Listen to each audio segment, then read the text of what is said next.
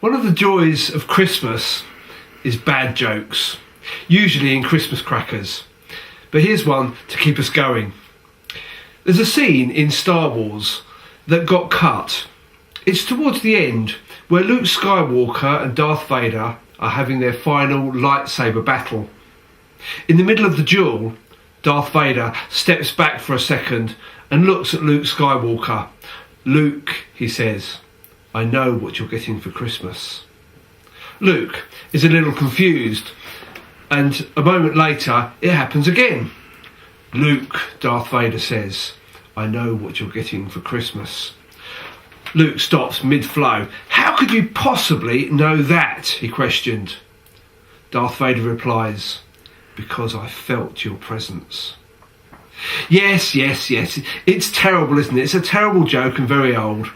But in many ways, that is the essence of Christmas.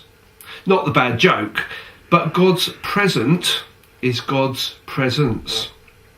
God's gift to the world is his Son, Jesus, who is the flesh of God's presence.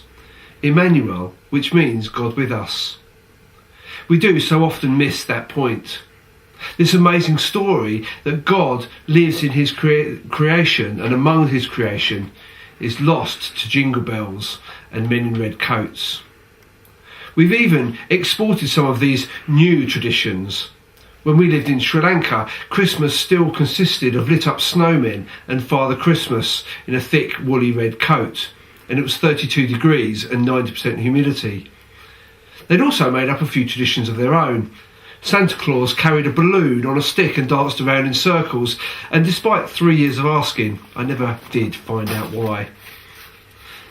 We're all aware too how Christmas can be a difficult, lonely or painful time for many.